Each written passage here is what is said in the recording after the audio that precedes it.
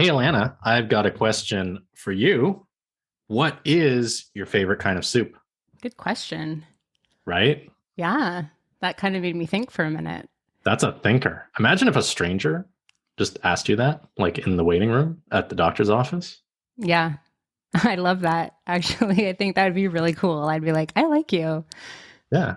Right. So, by the way, everybody, this is the No Excuses podcast.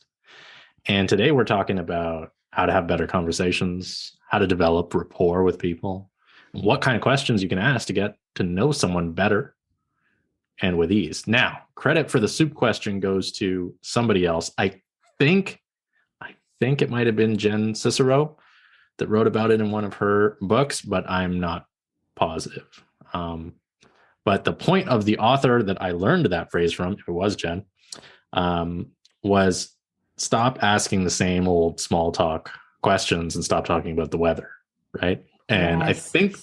I think the theme was literally anything else is better, right? Yeah, Yeah. So let's dive in, Alana. First of all, what is your favorite kind of soup? I like tomato.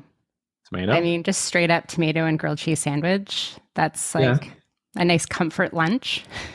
Yeah. That's a good comfort lunch. I like tomato soup if it's sufficiently salty.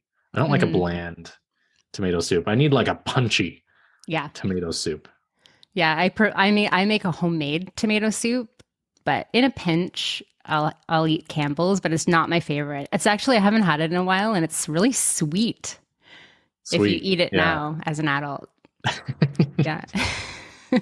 I didn't like soup for a long time. For a long time, I was like against soup and I would not eat soup. As I've gotten older, I've warmed up to it a little. Like it's still like a every few months kind of thing. I'll have soup. Like it's not Yeah. even every month, but I tolerate it now. Yeah. Yeah. That's good. Yeah. Yeah. So listeners, you see the rapport? See, or can you hear the rapport? The soup question. Episode done. That's all you need to just ask Yeah. people about soup. Build massive instant rapport and just the walls just come down immediately, Yeah. right? I mean, I believe that. I absolutely can't stand, and this should have been in our pet peeve episode. But I, We should do it every 3 months. We should do a pet peeve episode and just update people on what irritates us in life so that they can yeah. do better. Yeah. It's just like, I hate talking about the weather. And I hate it when people are like, oh, nice day.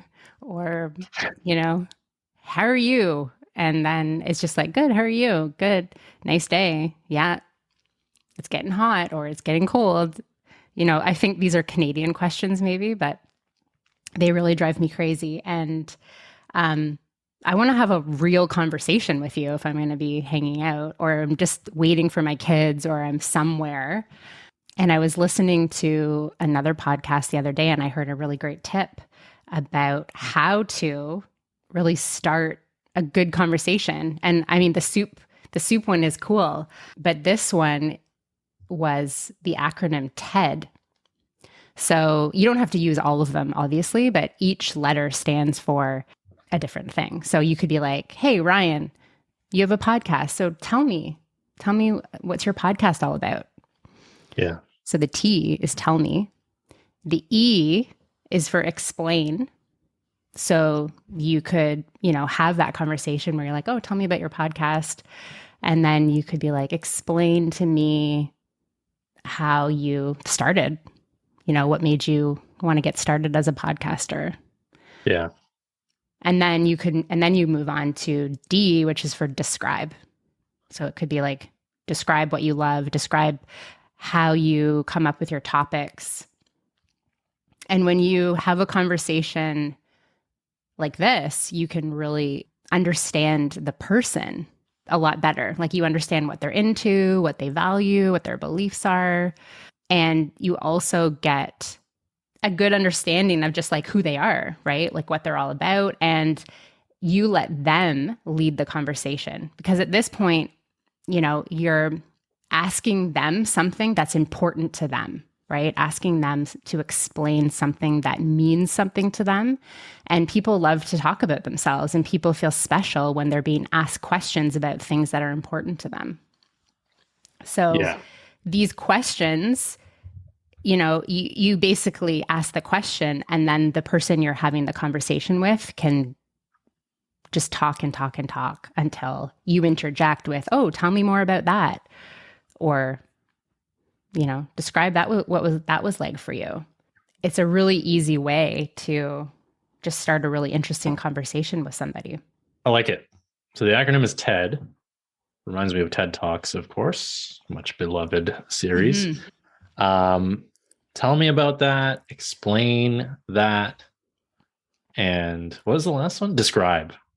But how would you use that in like a cold context? So like I'm in the doctor's waiting room. There is some person there. Do I just like look them like straight in the eyes? Tell me about you, right? Like I don't know. We need something to more like context. Yeah. Yeah. So right? I think this conversation pattern or type of communication is more for if you're like out with someone that you've maybe just met. Maybe you're on a first date. Maybe you are, standing around the school with a bunch of parents and you kind of know them, But this is, I think, for a bit of a more advanced conversation with someone that you are getting to know a little bit about, but not really. And you're kind of like, hanging around. Maybe someone you're sitting beside on an airplane, for example. Cool. I think those would be the context to use this type of communication.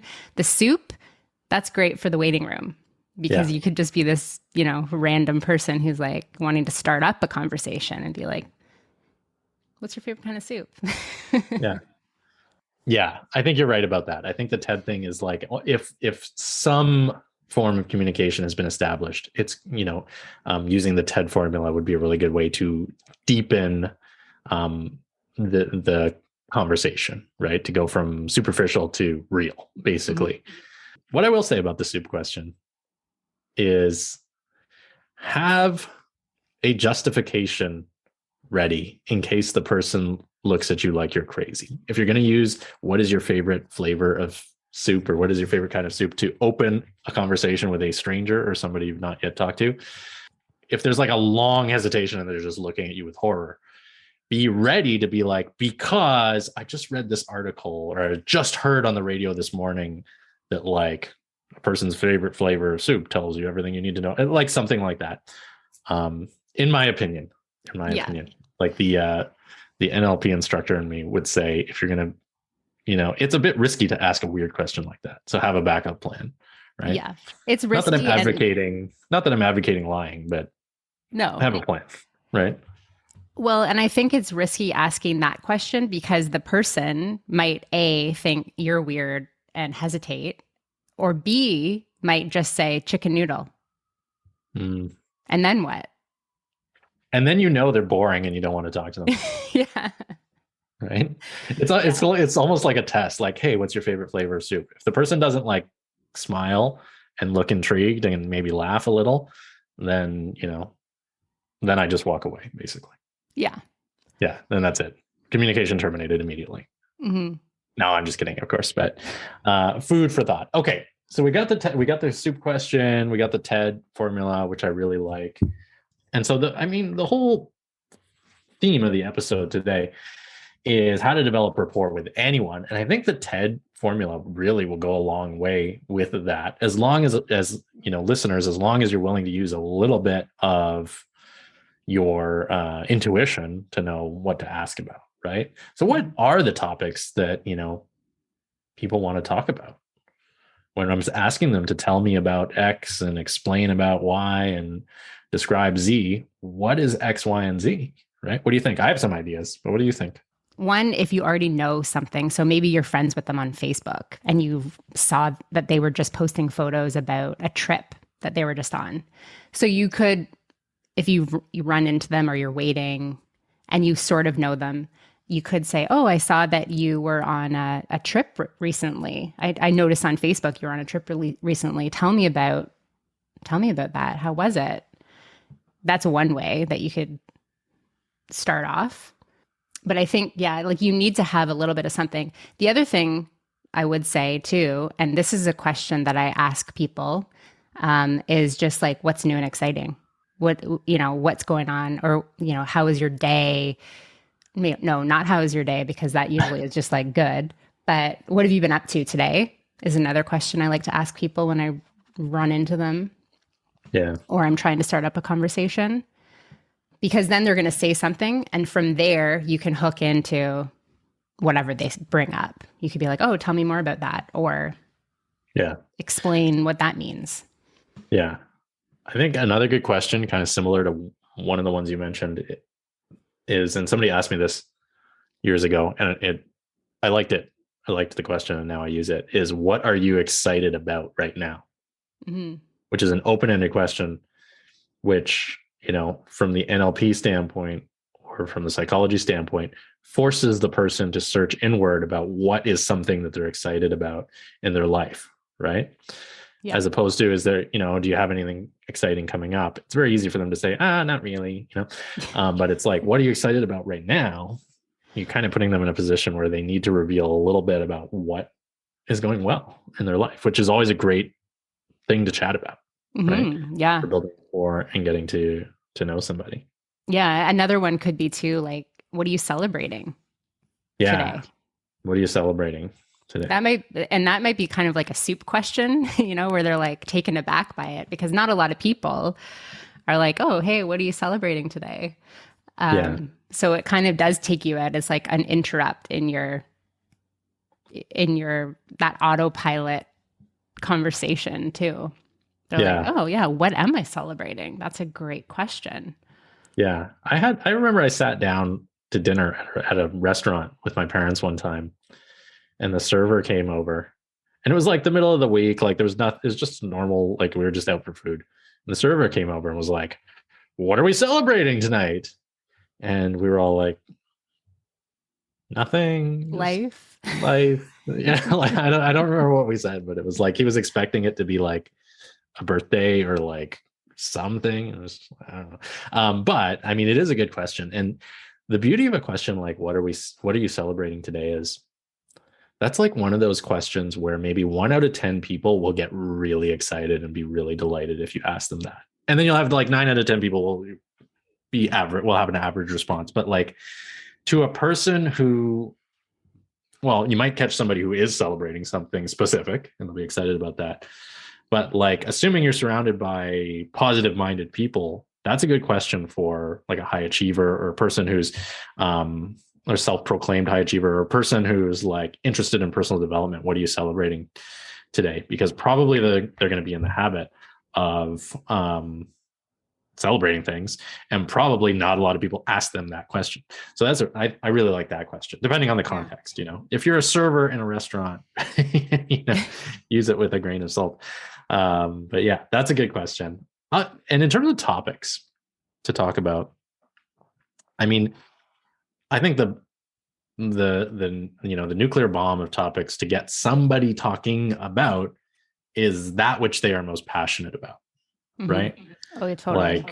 Like, for you and I, if somebody wanted to chat me up talking about the unconscious mind, hypnosis, coaching, NLP, success achievement and excellence and stuff like that, those, that's my jam, right? Yeah. So if you can, if you know that about somebody, what are they most passionate about? Or what is their calling in life? Those are good topics. Yeah. Right. Another question I like to ask people too is, what are you working on these days? Yeah. And I reserve that more for people who I know who are entrepreneurs, or people who I know are kind of like always busy doing side things. Yeah. But I love asking that question, because I just see people's eyes light right up when I ask that question, because they just want to talk about what they're working on these days. Yeah, that is a good one. We got a lot of good ones. That's a lot. That's some good ideas, listeners. I hope you're taking notes, everybody. Yeah. And I think, before we wrap up, maybe we can just have a quick chat about, why is this important? Yeah. Why do we want to ask these types of questions? Yeah. If you want to live an extraordinary life, you need to get really good at knocking people off of their autopilot, in my opinion. We're all kind of drifting through the world in our own little way. and thinking about our own stuff. And when you ask, when you do small talk, you do chit chat, you ask about the weather, you ask about superficial topics, you get autopilot responses. How you doing? Good. Beautiful day outside. Yep, sure is. And so on. And you're almost getting just the mechanical, auto response persona of the person. But when you go beyond that and you delve into things like purpose and you use the TED formula and you communicate at a deeper level, that's the only time you're going to get to access the real person behind the autopilot persona.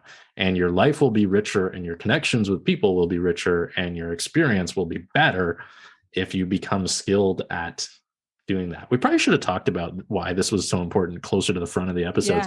Yeah. However, hey, okay. Better late than never. That's the way I think about it. I think there are many reasons, but that's a big one. Yeah, you're going to have a richer life. And I think you're going to be more memorable too.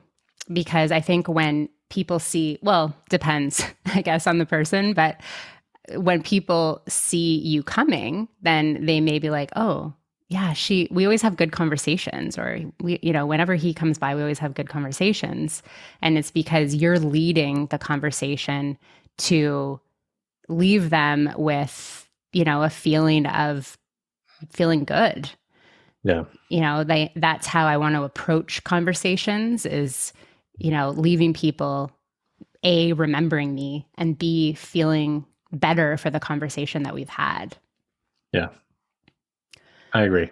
Yeah. So these are all good questions. I'm going to actually re-listen to this and write them down. Yeah. Write them down and put them in your pocket and just be like, okay, what could I ask? Or just have a go-to question. Yeah. What's your favorite kind of soup? Yeah. Right. Or what are you celebrating? Yeah.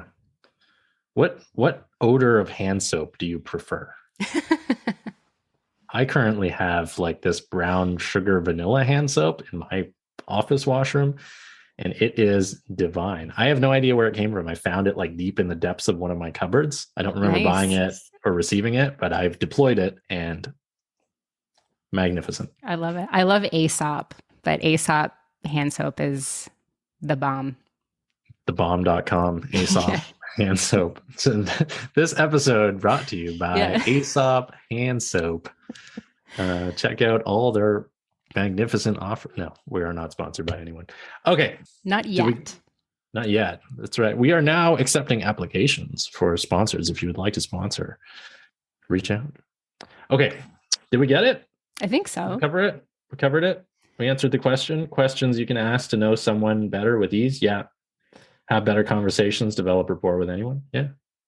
Yeah. I think we got it. And that's a good tip that Elena had. Just have a go-to one or two questions or techniques for deepening conversation. And that will serve you really well. Yeah. And I mean, you could even hypnotize yourself to say, no more asking about the weather. Yeah. Unless there is a tornado outside, do not mention the weather, right? Not important.